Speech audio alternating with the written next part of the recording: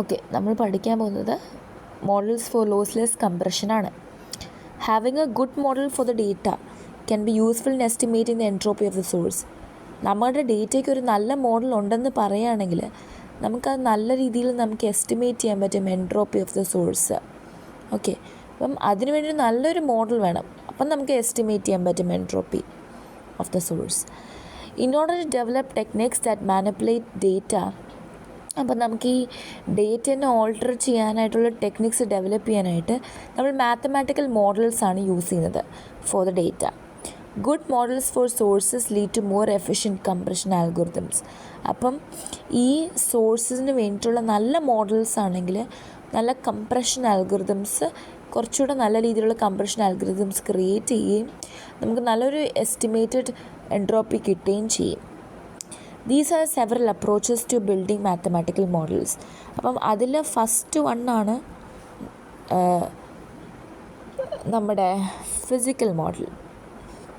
Okay, if you know something about the physics of the data generation process, നമുക്ക് എങ്ങനെയാണ് data generate ചെയ്യുന്നതെന്നുള്ളതിൻ്റെ physics അറിയാമെങ്കിൽ we can construct a model. Okay, നമ്മളിപ്പം speech related ആയിട്ടുള്ള applications നോക്കിക്കഴിഞ്ഞാൽ നമുക്ക് knowledge about the physics of speech production can be use to construct the mathematical model. ആ mathematical model create ചെയ്യണമെങ്കിൽ നമുക്ക് എങ്ങനെ സ്പീച്ച് പ്രൊഡ്യൂസ് ചെയ്യുന്നതെന്ന് പഠിച്ചാൽ മാത്രം മതിയായിരിക്കും. എങ്ങനെയാണ് ഡേറ്റ ജനറേഷൻ എന്ന് മനസ്സിലാക്കണം.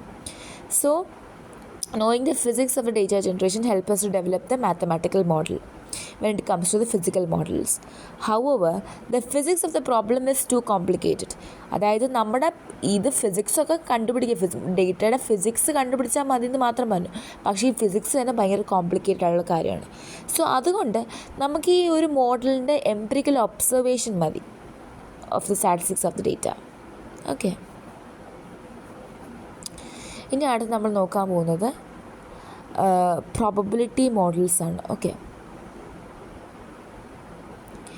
Probability models, the simplest statistical model for the source. ഏറ്റവും സിംപ്ലസ്റ്റ് ആയിട്ടുള്ള, ഏറ്റവും സ്റ്റാറ്റിസ്റ്റിക്കൽ ആയിട്ടുള്ള മോഡൽ ഫോർ ദ സോഴ്സിനുള്ള ഈ മോഡൽ എന്ന് പറയുന്നത് is to assume that each letter that is generated by the source.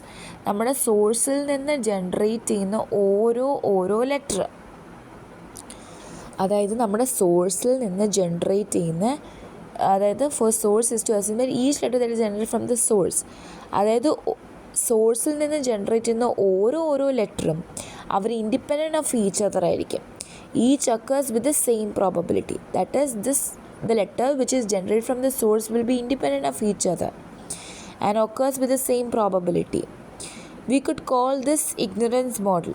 അപ്പം ഇതിനെ നമുക്ക് ഇഗ്നോറൻസ് മോഡൽ എന്ന് വിളിക്കാൻ പറ്റും. As it would generally be useful only when we use nothing about the source. Okay, as it would generally be useful only, ഇത് എപ്പോഴാണ് നമുക്ക് useful ആകുന്നത്? നമുക്ക് ആ സോഴ്സിനെ പറ്റി ഒന്നും അറിയത്തില്ലെങ്കിൽ. ഓക്കെ, അപ്പോൾ ഇവിടെ എന്താ ഞാൻ പറഞ്ഞത്, ഇവിടെ നമ്മൾ സോഴ്സിൽ നിന്ന് വരുന്ന ഓരോ ലെറ്ററും ഇൻഡിപെൻഡൻ്റ് ആയിട്ടായിരിക്കും വരുന്നത്. ആൻഡ് ഈ ഒരു മോഡലിനെ നമുക്ക് ഇഗ്നോറൻസ് മോഡൽ എന്ന് വിളിക്കാം. കാരണം എന്തുവാ, ഇവർക്ക് അവരുടേതായ ഒന്നും അവർക്ക് അറിയത്തില്ല. They don't know nothing about the source. Okay, and the next step up in complexity is keep the independence assumptions. So independent ആയിട്ടായിരിക്കും ഓരോ ലെറ്റർ വരുന്നതെന്ന് പറഞ്ഞു, അവർക്കൊക്കെ സെയിം പ്രോബബിലിറ്റി ആണെന്ന് ഞാൻ പറഞ്ഞു. But remove the equal probability assumption and assign a probability of occurrence to each letter in the alphabet. അതായത് നമുക്ക് ഈക്വൽ പ്രോബബിലിറ്റി മാറ്റിയിട്ട് നമുക്ക് ഓരോന്നിനും പ്രോബബിലിറ്റി ഓഫ് occurrence വെച്ച് കൊടുക്കാം.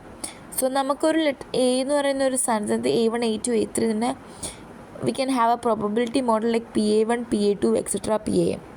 Given a probability model and independent assumption, we can compute the entropy of the source. ഇങ്ങനെ നമുക്ക് entropy കണ്ടുപിടിക്കുകയും എൻട്രോപ്പി കണ്ടുപിടിച്ചാൽ അതൊരു നല്ലൊരു മാത്തമാറ്റിക്കൽ മോഡലാണ് നമുക്ക് കൺക്ലൂഡ് ചെയ്യുകയും ചെയ്യാൻ പറ്റും. സോ ഇതൊരു സിംപ്ലസ്റ്റ് ഒരു മോഡലാണ്, ഇഗ്നറൻസ് മോഡലാണ്. പിന്നെ പ്രോബബിലിറ്റി കണ്ടുപിടിക്കുമെന്ന് പറയുക. നെക്സ്റ്റ് മാർക്കോവ് മോഡൽ, അതിൻ്റെ എക്സാമ്പിളും കൂടെ കഴിഞ്ഞാൽ പിന്നെ കോമ്പോസിറ്റ് സോഴ്സ് മോഡലും കൂടെ ഉണ്ട്. സോ മാർക്കോവ് മോഡൽ പറഞ്ഞാൽ one of the most popular ways of representing dependence in the data, അതായത് ഡേറ്റ തമ്മിലുള്ള അതിൻ്റെ ഡിപ്പെൻഡൻസ് മനസ്സിലാക്കുന്ന ഏറ്റവും നല്ലൊരു മോഡലാണ് Markov model.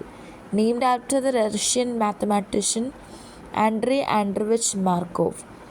For models used in lossless compression, we use a specific type of Markov model called discrete time Markov chain. അതായത് ഏറ്റവും നല്ല രീതിയിൽ ഡിപ്പെൻഡൻസ് ഓഫ് ദ ഡേറ്റ പറഞ്ഞു തരുന്നത് ഈ മാർക്കോവ് മോഡലാണ്.